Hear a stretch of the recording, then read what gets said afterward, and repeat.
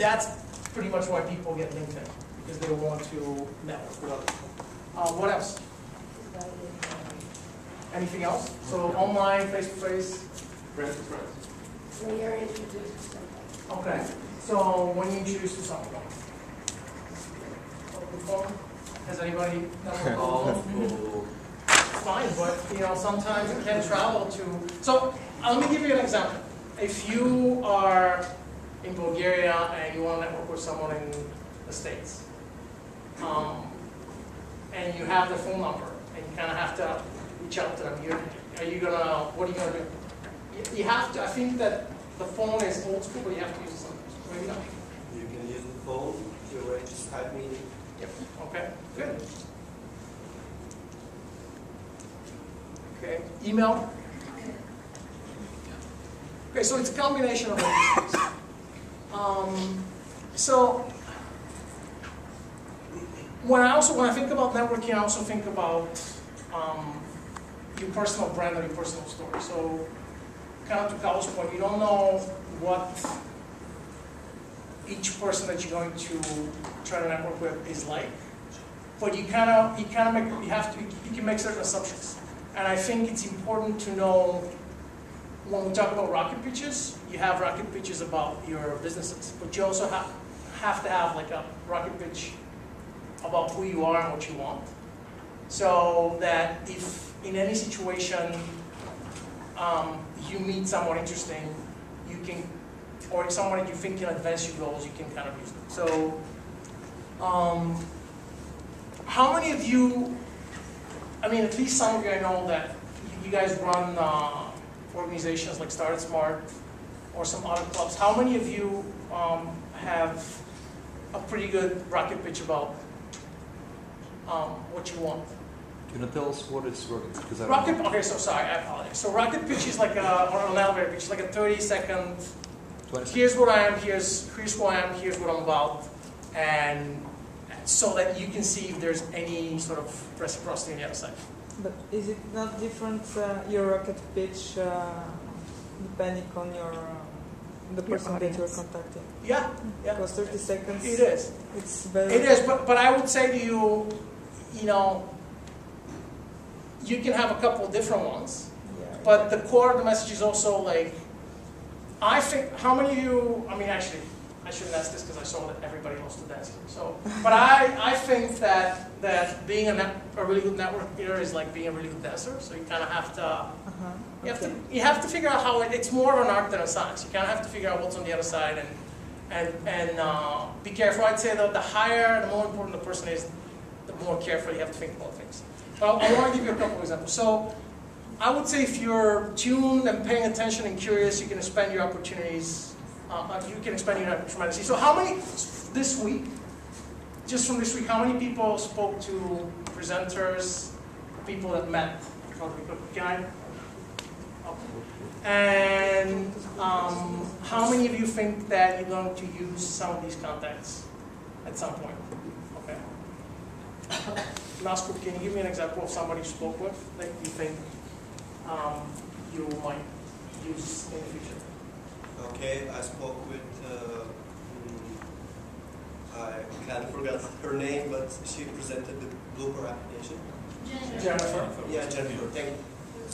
The Blooper application, yes, so I really liked her, I spoke to her about the marketing model of the company, and I shared my thoughts about it. I really like the marketing, how they do it, because they achieved a model in which for example, Coca-Cola pays for the ad, and they also advertise. Right. Well, how? Sorry. So I understand that because we saw the presentation. How are you going to use her? How do you see yourself? Why do you think she can be useful? If we make a product, we can use her application as well, or we can share thoughts with her about marketing. Okay. So did you get her email address?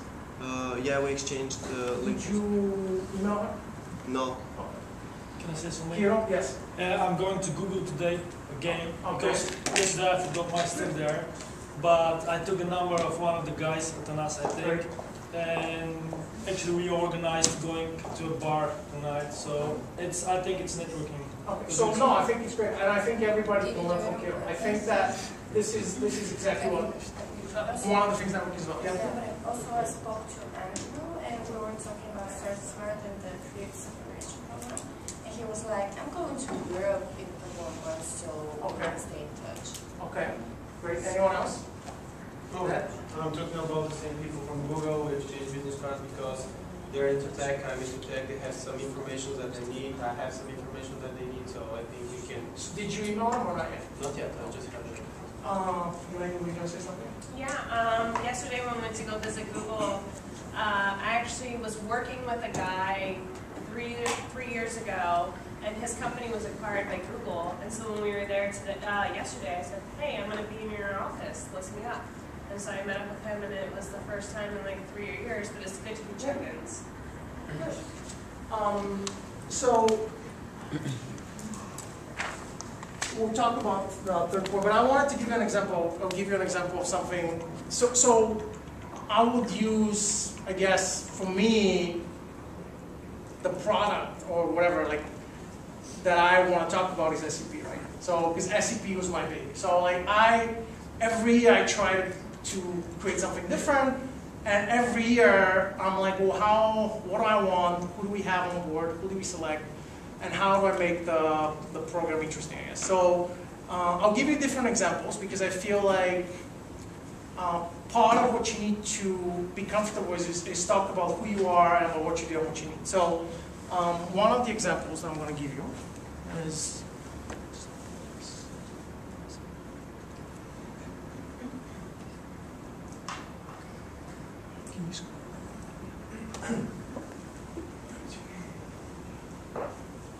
so go to the, okay, so here, can you see what this email says, or is it too small? Okay, so we'll enlarge it, but let me give you a background. So this was in 2011, and it was a second year recipe, and my wife and I were going on vacation. And we were waiting on the bus to get to the airport, and there was this lady who was sitting next to us, and we started talking. And I'm like, so what do you do? She's like, oh, I'm going to start a charter school. I'm going to basically, I'm raising money, I'm going to start a school in San Francisco. I'm like, oh, that's great. I manage a program for entrepreneurship. One of the focuses is social entrepreneurship. So it's a really cool program, and it's kind of interesting, and it's kind of in the line of thinking, in line of work that you do. And so we started talking. It turns out she did Teach for America. I had a lot of friends who had done Teach for America. It's the same thing as Teach for Bulgaria. Turns out we had friends in common. And we sat on the bus to the airport, and we talked. And I said, look, I hope you don't mind, but we're going to go to San Francisco. And I think that this is kind of the type of, this is part of the startup world that I think people rarely get exposed to, because people think of startup as just tech companies, or when they think of Silicon Valley, then they think about education. But you are trying to start Mission Prep, which is a school in a really poor neighborhood, and you're basically raising money on your own. You want to manage it. You're just hiring a team. Would it be cool if we try? This was in June, and we're going to be in San Francisco in August. Would it be cool if I reach out to you and maybe we can figure out a way to get you involved? She's like, okay. And then here's what I did then. I mean, basically, I don't know if you can. It was Zoom or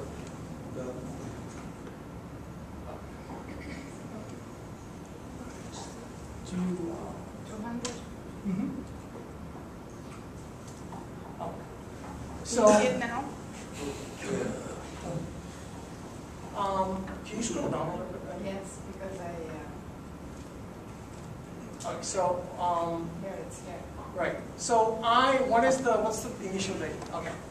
So basically, the reason I'm asking you if you emailed the person right away, Yes. I think the one thing I want to say right away is it's very important when you meet someone and you think they're interesting, while they still remember who you are, to follow up with an email. That doesn't mean that you're going to use that connection right away. But I'll share a couple of examples where I email people and I'm like, I just want to confirm that this was a positive change. And I want to keep that in my, sent folders.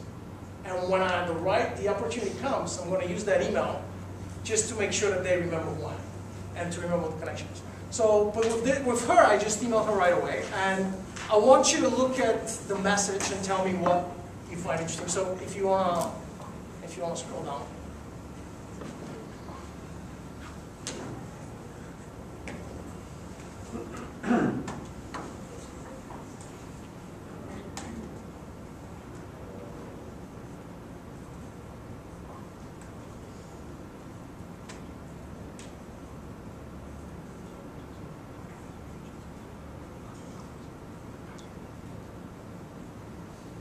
Can I scroll down?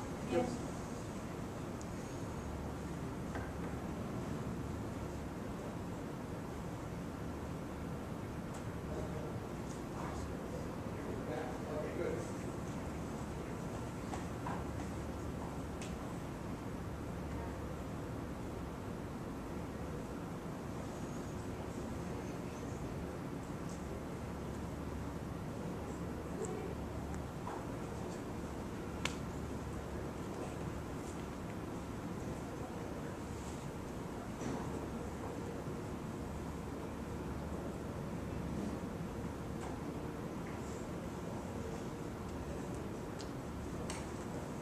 Everybody done? You can go. So here's her response. You can go up. Go.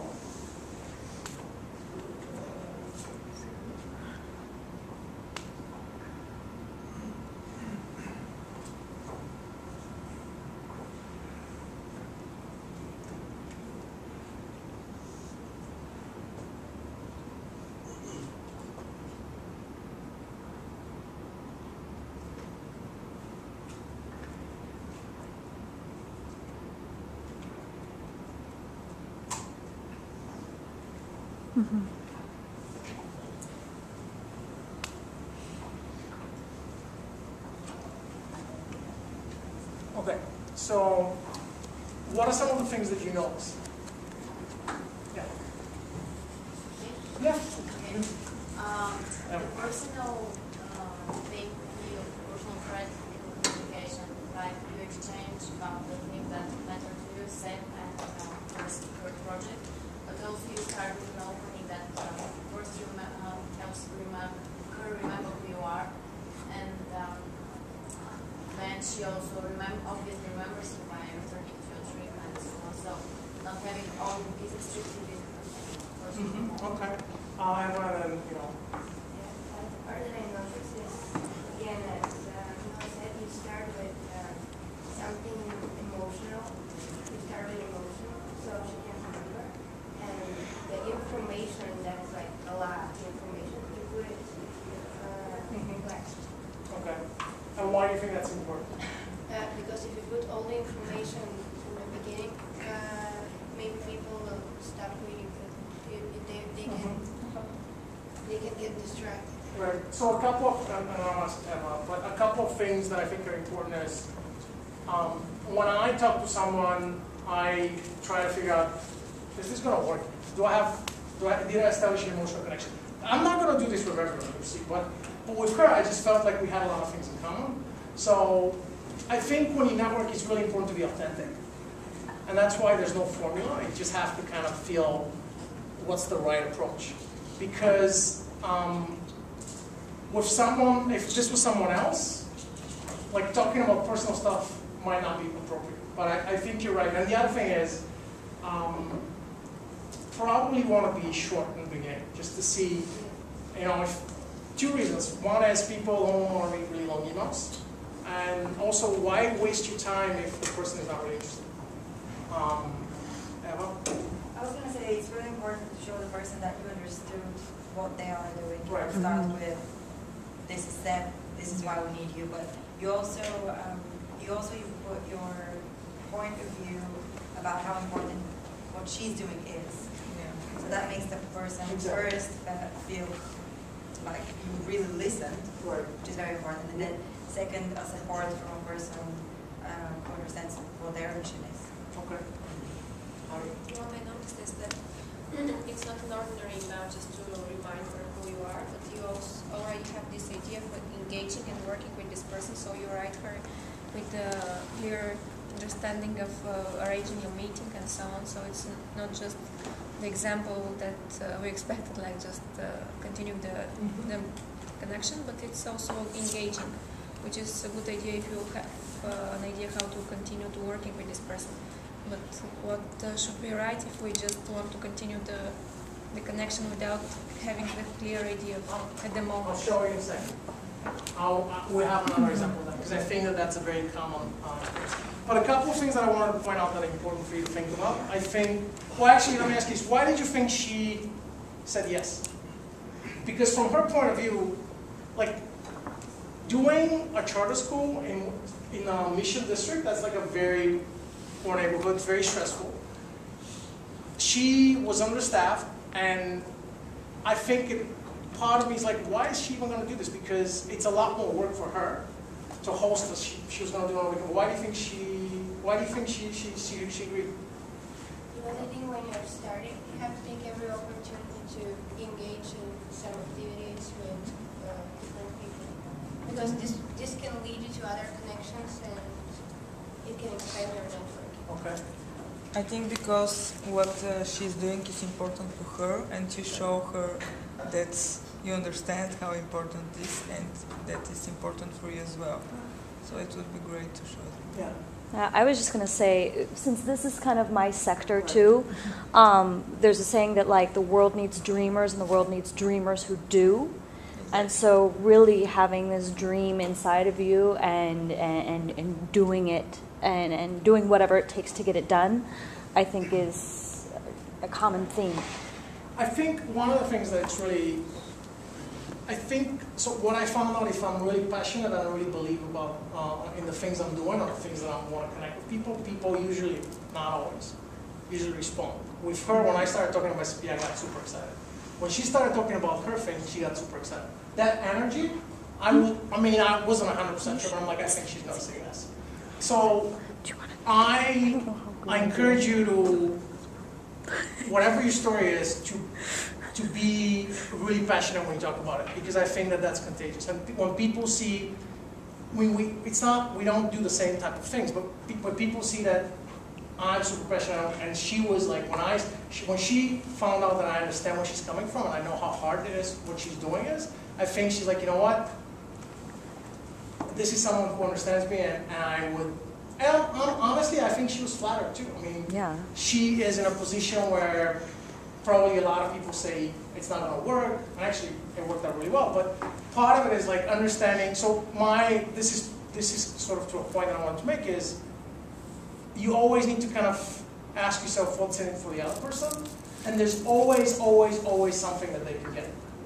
Part of it is people also like to talk about themselves. So, I mean, it's just, it's very stupid, and it seems very obvious, but a lot of us think that, you know, oh my God, who am I to ask this person? But most people are flattered. I mean, everybody wants to feel like valued, and they want to feel like they have something to contribute. And if you do your research right, and if you think strategically about what you can ask the person to do, most likely they're not. If you craft the message right, they'll resonate. It will resonate with them, and it will work out well.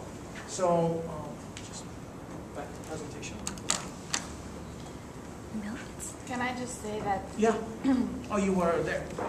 I was there. Can you? Yeah. I'm good.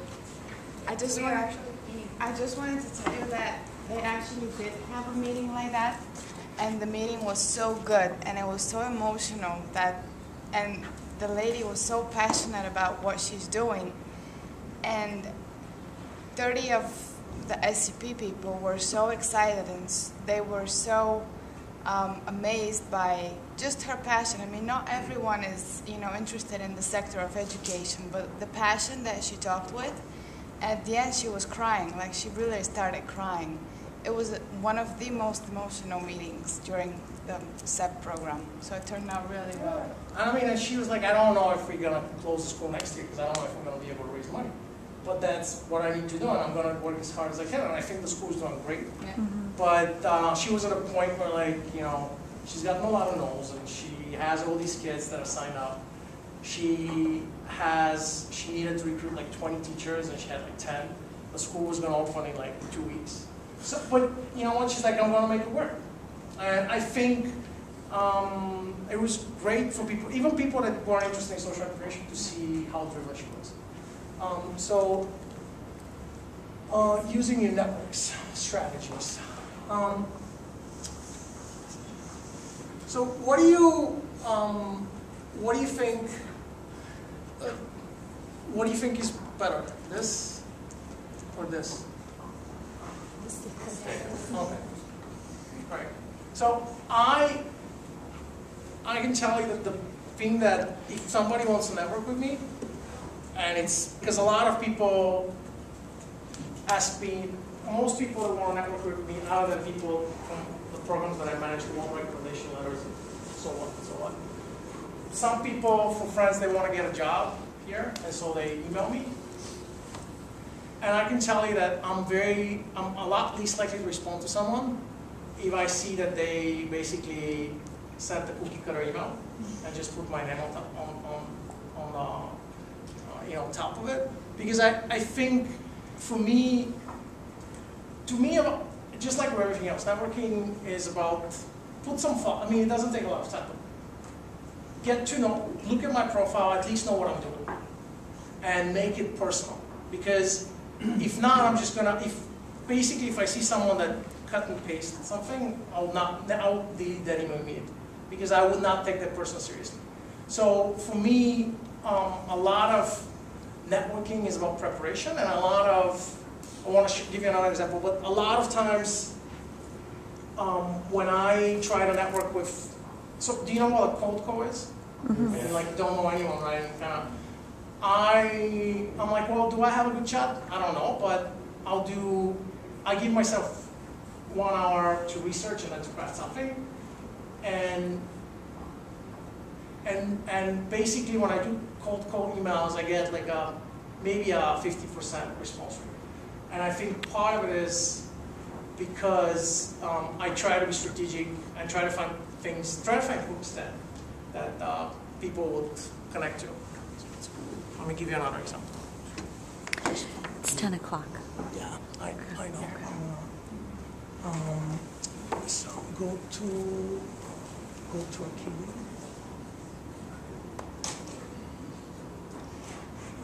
Go down. And I go down.